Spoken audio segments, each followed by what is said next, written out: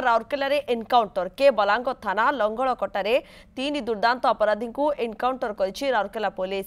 चंदेक नायक, पारस राम और राजेश नायक आहत होती। 3 जन को आरजीएच भर्ती कर घटनास्थल बंधुक बाइक जबत होइछे।